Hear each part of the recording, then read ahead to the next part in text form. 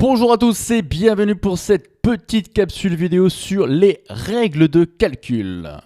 Aujourd'hui, nous allons plus particulièrement nous focaliser sur les 3 opérations mathématiques que vous devez maîtriser. Et comme vous le voyez à l'écran, pour l'instant, pour le faire simple, eh bien, je ne vais pas mettre de fraction. Alors, quel calcul qu'il va falloir que nous fassions ensemble? Il y a des soustractions, des additions, il y a des puissances, il y a également des multiplications. Et nous allons voir tout de suite un petit rappel sur la compréhension de toutes ces opérations, c'est-à-dire il y en a 3 au total: l'addition, la multiplication et ce qu'on est censé appeler les exponentiations, c'est-à-dire les fameuses puissances. Une fois qu'on aura bien compris comment fonctionnent nos 3 opérations, eh bien, nous verrons qu'il faut faire attention à la priorité entre ces 3 opérations, c'est-à-dire qu'il va falloir les faire dans le bon ordre. Commençons tout de suite par notre addition et essayons de comprendre ce qu'est une addition. Une addition, c'est quoi? C'est une accumulation de termes. Quand je vais vous dire par la suite qu'il y a un sac dans lequel j'ai des objets dedans, eh bien je suis en train de faire une addition et faites attention. Concernant cette addition, eh bien, nous avons des termes qui vont être positifs, nous avons des termes qui vont être négatifs. Eh bien, pour comprendre tout ça, il faut se dire que positif, ça veut dire j'ai gagné le terme, j'ai accumulé quelque chose, positivement je l'ai gagné. Et en revanche, s'il est négatif, eh bien, il faut le comprendre comme j'ai perdu ce terme. Voilà ce qu'il faut retenir, l'addition concernant les règles de signes, nous allons revoir ça juste après. Eh bien, c'est positif, je gagne, négatif, je perds. Prenons par exemple l'exemple suivant. Si je vous dis que j'ai 2 moins 5 plus 3x, ici je n'ai qu'une addition, c'est-à-dire une accumulation de 3 termes. J'ai 2, j'ai moins 5 et j'ai 3x. Donc si je prends le vocabulaire que nous avons vu ensemble, eh bien j'ai gagné 2. J'ai perdu 5, et puis pour ajouter des lettres, pour vous perturber un petit peu, j'ai gagné ce fameux 3x. Donc si vous n'êtes pas très bon en termes de calcul, eh bien regardez un petit peu. Si j'ai gagné 2 et que derrière je perds 5, ça veut dire que globalement, j'ai plus perdu que gagné. Et donc mon résultat, 2 moins 5, sera négatif. Et pour savoir de combien, c'est simple, il suffit de regarder l'écart entre 2 et 5, et j'en déduis que j'ai perdu 3 au total. 2 moins 5 égale moins 3. Voilà comment vous pouvez imaginer ces fameux nombres positifs et nombres négatifs. Concernant la règle des signes, c'est vraiment pas quelque chose de très évident. On verra que pour la multiplication, c'est largement plus facile. Pour l'addition, eh bien c'est simple. Prenons l'exemple d'un positif auquel j'ajoute un négatif. Eh bien, si nous prenons l'imagination précédente, c'est-à-dire j'ai gagné quelque chose et j'ai perdu quelque chose, pour connaître le signe de mon résultat, savoir si globalement j'ai gagné ou j'ai perdu, eh bien il faut le regarder si j'ai plus gagné ou plus perdu. Par conclusion, eh bien ici, pour connaître le résultat, le signe de mon résultat, eh bien il faut que je regarde le signe du plus grand. Si j'ai plus gagné que perdu, eh bien mon résultat sera positif. Si j'ai plus perdu que gagné, c'est le cas ici, on a plus perdu que gagné, mon résultat sera négatif. Voilà concernant l'addition, je rappelle, c'est une accumulation de choses, de termes. Positif, ça veut dire j'ai gagné, négatif, ça veut dire j'ai perdu. À partir de là, comment comprendre la multiplication? La multiplication, c'est simple. Vous l'avez vu dès les premières années, eh bien la multiplication 3 fois 2, ça veut dire quoi? Ça veut dire que j'ai répété cette fameuse addition, je l'ai 3 fois, 2 plus 2 plus 2, j'ai répété l'addition. Voilà concernant la multiplication, c'est la répétition de l'addition, c'est-à-dire au final la répétition de l'accumulation. Concernant les règles de signes, en fait c'est très simple. Ce qui pose problème concernant la multiplication au niveau du signe, eh bien ce sont les nombres négatifs. Vous devez simplement compter le nombre de moins, compter le nombre de négatifs. Si vous avez que des positifs, eh bien votre résultat sera positif. À partir du moment où je rajoute un négatif, je deviens négatif. Si j'ai 2 négatifs, je redeviens positif. Si j'ai 3 négatifs, je redeviens négatif, etc., etc. Il suffit de regarder ce qu'on appelle la parité, c'est-à-dire que si j'ai un nombre pair de moins, eh bien, les signes moins se simplifient 2 par 2 et le résultat sera positif. En revanche, si j'ai un nombre impair de moins, après la simplification, il me restera un dernier moins. Voilà concernant la multiplication. Et pour terminer, rappelons-nous le fonctionnement d'une puissance. Eh bien, la puissance, si la multiplication était la répétition de l'addition, eh bien, il faut simplement comprendre que la puissance, c'est la répétition de notre fameuse multiplication. Et donc, 2 à la puissance 3, c'est quoi? C'est le fait de répéter 3 fois cette fameuse multiplication par 2. 2 fois 2 fois 2. Merci s'il vous plaît, c'est le cas de beaucoup d'élèves, de ne pas confondre ici la multiplication où je répète l'addition, ici la puissance où je répète la multiplication. Concernant les règles de signes, vous savez qu'au niveau des puissances, un carré est toujours positif. Ça, c'est une règle très simple. Et en fait, c'est très évident puisque je vous rappelle que un carré, c'est, je répète, x fois x. Si x est positif, je ne suis qu'en train de multiplier des x. En revanche, si x est négatif, c'est simple. La règle de la multiplication me dit qu'il faut compter le nombre de négatifs. Ici, en l'occurrence, vu que je répète 2 fois la multiplication, j'ai 2 négatifs. Mes 2 négatifs, ils vont se simplifier tous les 2. Si par exemple j'ai x puissance 4 ou x puissance 6, voire x puissance 8, c'est la même chose. Puisque si x est positif, le résultat sera bien sûr positif. En revanche, si x est négatif, ça ne changera strictement rien. Puisque mes 4 signes moins vont se simplifier 2 par 2. Et là, en l'occurrence pour x puissance 6, les 6 signes moins vont se simplifier 2 par 2. Après toutes ces petites explications, nous allons dans quelques instants nous lancer dans ces 4 calculs pour voir comment ça fonctionne. Mais avant cela, je suis obligé de vous parler de priorité dans les opérations. Il y a au total 3 opérations, c'est pour ça qu'il y a 3 numéros, mais vous pouvez constater qu'il y en a un 4e. Le 4e qu'il ne faut surtout pas oublier, bien sûr, c'est l'utilisation des parenthèses. Et ces fameuses parenthèses, je vous rappelle qu'il faut les mettre en top numéro 1. En priorité, nous allons calculer ce qui se passe à l'intérieur de la parenthèse. Et c'est simple, plus l'opération devient compliquée et plus nous avons décidé de mettre l'opération en forte priorité, c'est-à-dire que la priorité numéro 2 qu'il va falloir faire, c'est respecter les puissances. Une fois que les puissances seront faites, nous passerons à la multiplication et nous passerons à l'addition. Il y a bien sûr des exceptions comme dans toute règle et regardons les 2 exemples ci-dessous pour essayer de comprendre comment ça fonctionne. Ici par exemple, j'ai un moins et j'ai une puissance. Je ne sais pas si je dois d'abord faire le carré, c'est-à-dire 3 au carré, ou si je dois d'abord faire moins 3 et ensuite faire le carré. Ici, ce n'est pas précisé la priorité. Ce qu'il faut comprendre, c'est qu'un moins devant une expression, un moins représente toujours une multiplication par moins 1 qui agit toujours sur sa droite. Okay.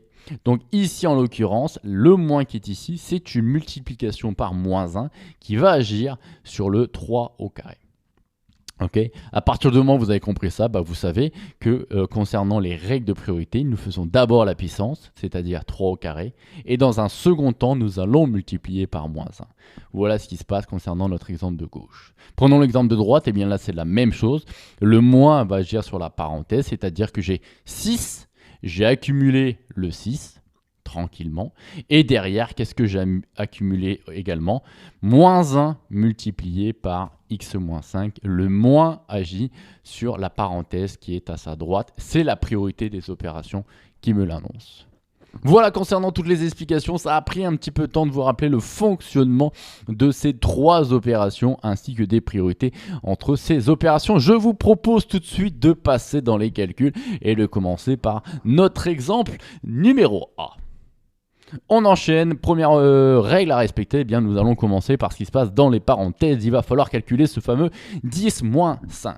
Je rappelle ce que j'ai dit auparavant. Plus 10, ça veut dire que j'ai gagné 10 euros. Moins 15, ça veut dire que j'ai perdu 15 euros. Donc globalement, j'ai perdu moins 5, j'ai perdu 5 euros, c'est-à-dire moins 5. Je n'oublie pas de mettre le moins devant. Et en parallèle, je peux également commencer à calculer ce qui se passe derrière. Je rappelle que le moins agit sur le 17, donc ça veut dire que j'ai perdu 17 euros et que j'ai derrière gagné 12 euros. J'ai plus perdu que gagné, puisque 17 est plus grand que 2, donc le résultat sera négatif. Et je fais la différence des deux pour savoir effectivement de combien j'ai perdu. Voilà, le calcul nous semble bien plus simple à ce moment-là. Concernant le moins, moins 5, ça veut dire quoi? Eh bien, c'est très simple. On se rappelle la petite règle, un moins devant une expression, c'est une multiplication par moins 1. Ok? Donc, ça veut dire quoi? Ça veut dire finalement, moins 5, c'est moins 1 multiplié par moins 5. Nous sommes dans le cas d'une multiplication. On sait que pour une multiplication, il suffit de compter le nombre de négatifs. Ici, moins 1 multiplié par moins 5, j'ai 2 négatifs. Ces 2 négatifs vont se simplifier 2 par 2. Ça va me donner plus 5. Derrière, le moins 5, lui, n'a strictement pas changé. Je le recopie. Et vous le savez tous et toutes. 5 moins 5, ça fait 0. Mon premier calcul est maintenant terminé. Passons au calcul du B. En haut à droite, 5 moins 3 facteur de moins 2 plus 4, le tout au carré. Alors là, il va falloir déjà, dans un premier temps, faire très attention à ce que nous sommes en train de voir. Dans un premier temps, la parenthèse est à faire en priorité. Moins 2 plus 4, comment ça fonctionne? Je perds 2 euros, je gagne 4. Donc ça veut dire qu'au final, j'ai gagné 2 euros puisque nous avons plus gagné que perdu. Donc 2 au carré. Maintenant, qu'est-ce qui se passe concernant ce fameux 5 moins 3 qui est devant? Quand j'ai donné ça à mes élèves, et énormément d'élèves se sont dit 5 moins 3, monsieur, ça fait 2, tout se passe bien. On peut commencer à se lancer dans les calculs. Non, pas du tout. Je vous rappelle que quand il y a ici le moins 3 devant la parenthèse, et bien ici, entre le moins 3 et la parenthèse, il y a une multiplication. C'est un petit peu comme la règle qui est là. Le moins 3, c'est une multiplication. Quand je dis 2x, eh bien, entre le 2 et le x, c'est la même chose ici. Entre le 2 et le x, je n'ai pas écrit la multiplication, mais elle est bien présente. Là, c'est exactement la même chose. Entre le moins 3 et la parenthèse, eh bien, je n'ai pas représenté la multiplication, mais c'est comme si j'avais moins 3 fois cette parenthèse. Et donc la multiplication est prioritaire. Il est strictement impossible ici de faire cette fameuse soustraction 5 moins 3 parce que je dois faire en priorité la multiplication qui est ici à droite. Voilà une erreur classique que font énormément d'élèves. On termine tranquillement le calcul en disant que 2 au carré, c'est la répétition de la multiplication. Donc c'est 2 fois 2 qui donne 4. Fois 3, ça donne 12. Avec le signe moins, ça va donner moins 12. 5 moins 12. Je termine tranquillement le calcul. Je gagne 5 euros, je perds 12 euros. Donc au total, j'ai perdu 7 euros. Voilà concernant le calcul B. Passons maintenant au calcul C, encore plus compliqué puisque j'ai mis des crochets, j'ai mis des parenthèses, j'ai mis un carré. Nom de Dieu, c'est quoi ce calcul qui nous paraît très compliqué? Première chose que je peux constater, j'ai un 4 moins 9 ici qui est à droite. S'il est dans une parenthèse, je peux sans grand problème commencer déjà à le calculer. 4 moins 9, je vous rappelle que ça fait moins 5. Je gagne 4 euros, je perds 9. Donc au total, j'en ai perdu 5. Voilà, ma parenthèse est faite. Je suis tranquille. Revenons un petit peu sur ici le moins 1 au carré. Alors là, honnêtement, j'ai pas été très sympa. Parce que il y a plein de signes moins, il y a plein de parenthèses, il y a plein de choses à comprendre. Première chose, ici au niveau, entre les parenthèses, je vous rappelle qu'il y a une multiplication. Puisque généralement, quand il n'y a pas d'opération, en fait, dites-vous que c'est une multiplication parce qu'on a tendance, les multiplications, à ne pas les écrire. Donc déjà, j'ai compris qu'il y avait une multiplication ici. Ici, concernant le moins 1 au carré. Est-ce que c'est le carré qu'on fait en premier, c'est-à-dire 1 au carré, et ensuite je fais moins? Ou est-ce que c'est moins 1, et après je fais le carré de moins 1? Là, il va falloir se mettre d'accord. La règle, elle est simple, je vous l'ai expliqué tout en bas. Le moins représente toujours une multiplication par moins 1. C'est exactement ce que j'ai dit là. Et donc, là, quand j'écris moins 1 fois 3 au carré, je suis désolé, c'est la puissance qui est prioritaire. Et ensuite, je fais la multiplication par moins 1. Ça va être exactement la même chose ici. Ici, le carré, il agit sur le 1 parce qu'il est prioritaire. Et ensuite, on va faire le moins. Donc, le carré de 1, vous savez, on répète la multiplication, c'est-à-dire 1 fois 1, ça fait 1. Avec le moins, ça fait moins 1. J'ai calculé ici ma parenthèse. Je rappelle, 1 au carré, ça fait 1. J'ai recopié le 1, j'ai recopié le signe moins. Le moins devant la parenthèse ici, c'est encore une multiplication par moins 1. Je termine en recopiant le 7. Toute cette expression-là, je l'ai accumulée, c'est un plus. Donc c'est plus tout ça, et je n'oublie pas de mettre le 7 qui est devant. Je termine en recopiant le 3 moins qui est devant les crochets. Je n'ai toujours pas calculé ce 3 moins. Bien sûr, les crochets qui sont là, vous n'allez pour l'instant pas les enlever. Il est hors de question. Bon, j'ai quand même beaucoup détaillé les calculs pour bien que vous compreniez ce qui est en train de se passer dans ce calcul. Ensuite, il y a des additions, il y a des soustractions. Nous devons respecter l'ordre des priorités dans les opérations, c'est-à-dire d'abord s'occuper ici de la grosse multiplication que nous avons. Moins 1 fois moins 1 fois moins 5. Je compte le nombre de signes moins, c'est ce que nous avons vu concernant les règles de signes de la multiplication. 3 signes moins, les 2 signes moins ici vont se simplifier. Le résultat sera donc négatif. 1 fois 1, 1. Fois 5, 5. Nous allons donc obtenir ici pour la grosse multiplication, moins 5. Je recopie le reste sans aucun problème. Je recopie le 3, le moins, je recopie mon crochet, le 7, et tout cela, plus également inclus, eh bien ça nous donne moins 5. Je rappelle que le symbole plus qui est ici, en fait, pas besoin de l'écrire. Plus, ça veut juste dire de l'accumulation. Ça veut dire j'ai 7 et puis à côté, j'ai accumulé ce grand produit qui est là. Une fois que j'ai calculé le produit, je mets le résultat à côté, c'est-à-dire moins 5 sans aucun problème. OK? Nous terminons tranquillement les calculs. 7 moins 5, ça fait 2. Et 3 moins 2, aux dernières nouvelles, ça fait 1. Mon calcul C est maintenant terminé. Terminons ici par une petite expression littérale, c'est-à-dire une expression qui comporte des lettres, et je vous propose de la calculer pour x égale 3 et y égale moins 4. Ce que nous allons faire ici, c'est ce qu'on appelle la substitution, c'est-à-dire remplacer des lettres par des expressions. Ici, en l'occurrence, 3 et remplacer y par moins 4. Et l'erreur classique, s'il vous plaît, il est impératif de toujours mettre les expressions remplaçantes entre parenthèses. Je vous explique. Il est important que toutes les opérations qui agissent sur votre y dans l'expression littérale agit sur toute l'expression du moins 4.